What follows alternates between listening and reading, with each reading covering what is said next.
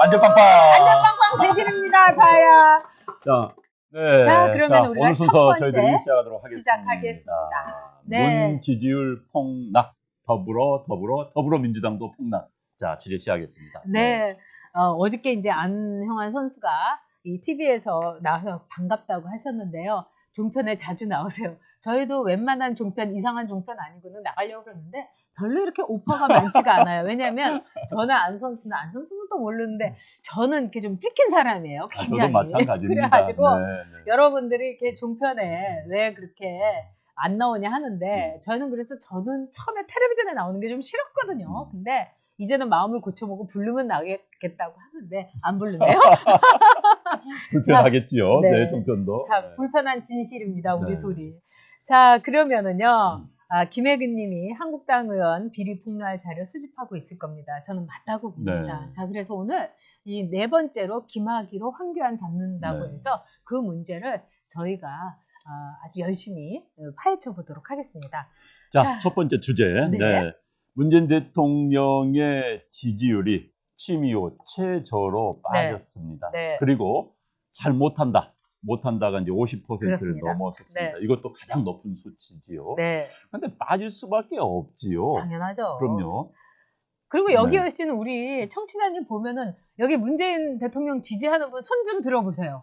한 분도 안 계시잖아요. 한 분도 안 계시잖아요. 그러니까 이게 문제예요. 네. 우리 주변에는 아니 제가 볼 때는 거의 0%인데 그래도 뭐 45%라는 게 이게 기적 같습니다. 네. 그리고 여러분 뭐 웃음소리도 많이 내주시고요. 네, 편안하게 해주세요. 네. 그런데 문재인 대통령 지지율 높아질 수 있을 것 같습니까? 우리 오신 분들 네. 어떻게 생각하세요? 아니요.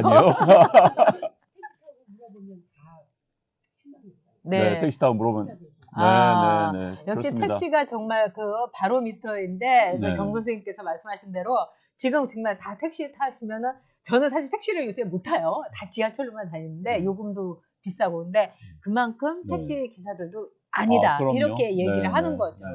네. 지금 오늘 갤럽도 잘한다 네. 44, 못한다 46이 나왔다고 지금 아침에 네. 이제 발표를 했나 봅니다. 네. 그런데 근데 이제, 어저께 네. 이게 TBS에서 조사 의뢰를 한 거예요. 그렇죠. 네. 그러니까 이제 서울시에서 돈을 댄 거거든요. 네. 그러면서 또 대상을요. 중도층으로 한 560명을 한정을 한 거예요. 중도층이요. 네. 그러니까 어떻게 보면은 저기 대상을요. 좀 네. 아주 화끈하게 나올 수 있는 좋은 여론조사를 통해서 했는데 네. 오히려 못한다가 50%, 잘한다가 45%. 이게 이제 말하자면 이 어떻게 보면은 이제 가중치를 이렇게 네, 우리가 네. 빼더라도 네. 이거는 확실하게 폭락세라는 게 나타난 그럼요. 거죠. 네. 그리고 이제 더 아까 이제 제가 질문 던지니까 아니요라고 하셨는데 네. 더 높아질 가능성이 거의 없습니다. 이 전혀 없다고 정부가 봅니다. 네. 북미 정상회담, 미국 정상회담, 2차 정상회담이 하노이 회담에서 뭔가 덕을 보려고 했었어요. 네. 근데 그게 이제 트럼프 대통령이 박차고 나오면서 그렇죠. 거기에서 이제 쉽게 말해서 재미를 못 본 겁니다. 그렇다면 이제 결국은 경제인데 경제는 참 안타깝습니다. 안타깝지만은 더 좋아질 가능성이 매우 낮습니다. 세계 경제 흐름도 그렇고 이 정부가 세계 경제가 지금 흐름이 사실 자본주의 경제가 2017년 하반기부터 떨어져 빠지고 있습니다. 네. 그렇다면 이 정부가 업을 시키려고 했는데 오히려 빠지는 정책을 계속 쓰고 있는 거예요. 네. 그렇기 때문에 높아질 가능성이 없고 역시 경제인데 게다가 이제 우리 다음 주제 하겠지만 세금은 계속 올라가고 그리고 그 세금 어디 쓴지도 잘 모르겠고 네. 이런 상황이다 보니까 더 올라갈 가능성이 거의 전무하지요. 그렇습니다. 지금 SKO님께서 명지대 김영준 교수가 데드크로스가 2번이면 회복 못한다 이런 네. 말씀하셨는데 저도 이제 여론조사에 오늘 방송을 준비하느라고 전문가들에게 좀 아는 분들을 물어봤어요. 근데 이 아는 분들이 얘기한 걸 보니까 굉장히 재밌는 현상이 네. 있더라고요. 첫째 이제 중도층이 돌아섰는데 이 중도층이 돌아선 사람들한테 그분들이 따로 이제 발표를 하는데 이제 그룹 인터뷰라는 걸 네. 했었다는 거예요. 근데 거기서 뭐냐면 중도층들이 배신감을 느낀다. 특히 그렇죠. 30대 네. 남자들, 여성들이 그런다는 거예요. 네. 근데 이 배신감은 뭐냐? 이 문재인 대통령이 북한에 대해서 그렇게 친북적으로 막 서두르고 밀어붙이길래 뭐가 있나 보다. 응? 그리고 그런 실력이 있나 보다 생각을 했다는 거예요. 근데 이렇게 쫙 보니까는 북한을 하나도 설득도 못하고 네. 미국하고는 완전히 냉방이면서 어떻게 저렇게 거짓말을 할 수가 있느냐. 이건 대국민 사기극이다. 이걸 아주 절감을 했다는 겁니다.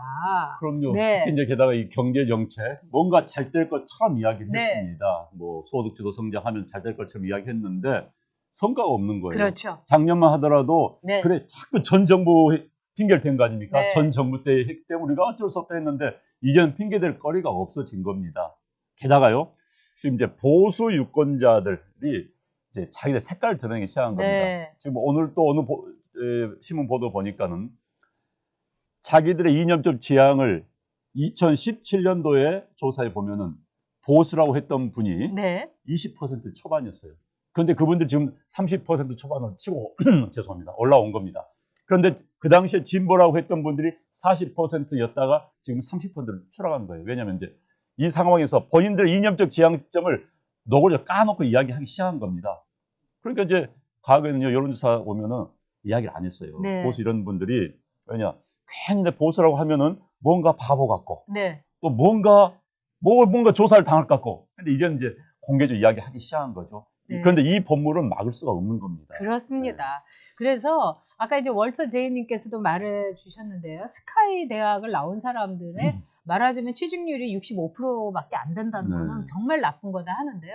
지난번에 2월 고용 통계가 나왔는데 뭐 20 몇 프로 됐다고 막 좋아하는 거예요. 네. 근데 사실 이게 보면은 50대, 60대의 노년층에 대해서 알바 일자리로 그걸 그럼요. 떼온 겁니다. 그래서 어떤 분은 너무나 슬픈 통계다. 너무나 처참한 통계다. 왜냐하면 30대, 40대의 제조업이라든가 좀 번듯한 직장에 있는 분들은 일자리를 너무나 많이 네. 잃은 거예요. 네. 그래서 황교안 이 대표가 알바 천국 만들었다. 저는 정말 옳은 말씀이다. 이렇게 생각합니다. 그러니까 어느 방송을 보니까 어느 지역에서요.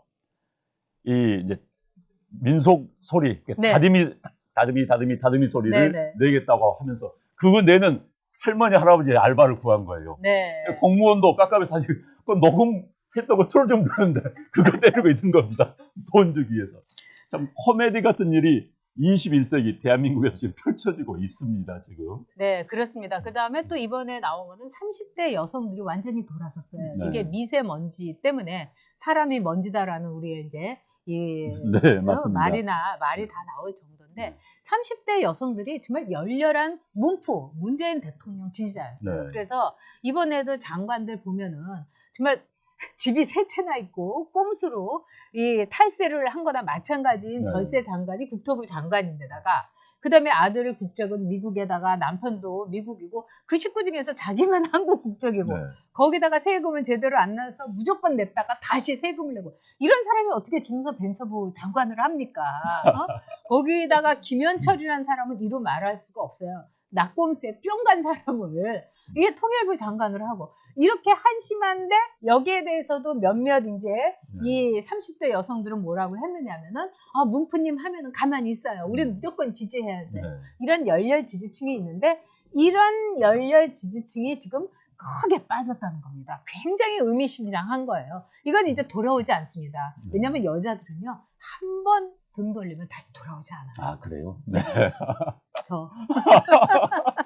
그런데요. 네. 지금 일단은 이제 많은 분들이 새 정부에 대해서 어느 정도 기대를 가졌던 네. 분이 많아요. 그리고 네. 항상 자기들은 깨끗한 채하고 전 정부는 그냥 악이고 더럽고 못됐다라고 이야기해왔기 때문에 그런가 했는데 네. 이제 1년 반이 지나다 보니까는 똑같아. 아니 더 심해. 더 심한 거 아닙니까? 그렇죠. 게다가 이제 더 얄미운 거예요. 자기들은 다 깨끗하다 했는데 방금 말씀하신 것처럼 다 자식들은 미국 유학 보내놓고 뭐 아파트 숨기고 뭐 이런 했던 사람들이 장관되고 하니까 그래 똑같아. 아니 더 나빠. 왜? 과거에는 자기들은 흰 옷 입은 것처럼 했는데 네. 보니까 검은 옷이야. 아예 처음부터 난 그래 옷 색깔 좀 더러워 양해해줘 했더라면은 그래 그럴 수 있어 하는데 워낙 흰 옷 입은 채 했는데 보니까는 그렇죠. 뒤집어져 다 검은 색깔이야. 먼지 한 점도 없는 것처럼 네. 온갖 생활을 했으면서요. 네. 그런데 요즘에 이제 이렇게 지지율이 폭락한데 있어서 더불어민주당도 폭락세고 또 당연히 이제 거기에 이제 우리 그 자유한국당이 올라와서 그나마 다행인데요. 뭔가 구심점이 있어야 되니까. 네. 근데 가장 중요한 건 뭐냐? 우리 국민들이 느끼는 체감인 것 같아요. 네, 네. 제가 얼마 전에 이제 우리나라에서 아주 존경받는 어느 분이다 하면 다 아는 네, 시인을 만났는데 그분이 이런 말씀을 하시는 거예요. 자기는 진짜 정부에 관심 없이 그냥 살아왔는데 네. 이번 정부는 좀 무섭다. 무섭다. 아, 많이 그럼요. 무섭다. 그래서 자신이 정말 그 전두환 노태우 정권 때도 이렇게 시를 쓰는데, 왜냐면 그분은 이제 사랑이라든가 뭐 자연이라든가 뭐 이런 거밖에 안 쓰기 때문에 네. 하나도 그런 걸 굳이 생각을 안 했는데, 지금 이 정권에서는 너무너무 무섭다 이런 말씀 하세요. 또 제가 아는 분한테서 들었는데, 이분은 이제 이 유명한 이제 네. 언론인입니다. 네, 네. 근데 지금 굉장히 핍박을 받고 계세요. 음. 근데 이분이 이런 얘기를 해요. 정말 언론인으로서 입에 칼을 물고 있다. 무서워서 칼을 물고 있기 때문에 내가 죽을까 봐서 제대로 이야기를 못한다.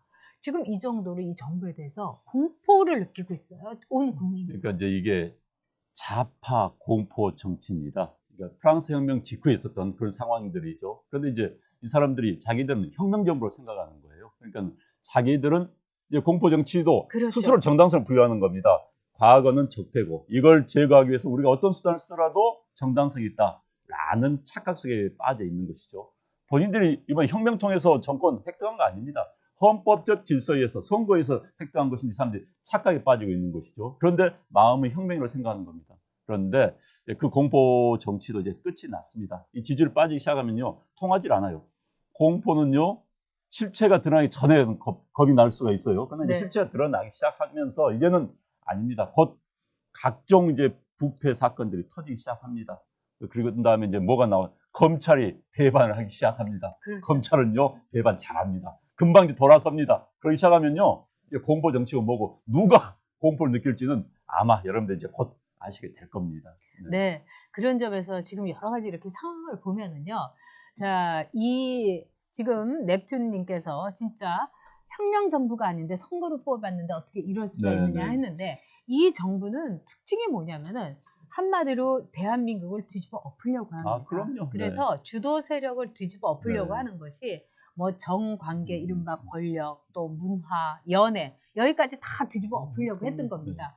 근데 이번에 보면은 종부세 이 부담을 해야 되는 사람을 무려 50%나 늘려놓은 거예요. 네. 이거는 정말 폭정 중에 폭정인데, 네. 그 이유는 뭐겠습니까? 다음 주제에. 네. 이제는 돈도 뺏으려고 하는 거죠. 그래서 저희가 이거를 두 번째 주제로 삼았습니다. 네. 자, 그러니까 이들은 여러분께서 사실 우리가 민주주의, 우리 헌법 질서 내에서라면은 파티 체인지입니다. 선거에 의해서. 그렇죠. 그러니까 여당이 바뀌고, 그러니까 권력을 잡은 집단이 바뀐 파티 체인지인데, 이들은 이제 리짐 체인지를 꿈꾸는 것이죠. 혁명에 의해서 체제 자체를 확 바꿔버리겠다는 그렇습니다. 겁니다. 그건 아닌 것이죠. 네. 네. 자, 자. 어저께 정말 삼성도 또 해집어 놨잖아요. 윤지은 님도. 네, 네. 그러는데, 자, 이경희 님 6월부터 유튜브 규제한대요. 지금 그래가지고 청와대를 비롯해서 정부 측에서 그 구글 쪽에다가 그렇게 압력을 넣고 있다고 합니다. 그래서 구글에 꽤 고위층한테 들었는데, 근데 구글이 꿈쩍 안 할 거라고 또 아유, 이렇게. 그건 네. 못합니다. 그건 뭐 그러니까 희망 사항일 여러분 뿐이고요. 걱정하지 마시고요. 네. 우리는 우리의 길을 가면 됩니다. 네. 자. 네.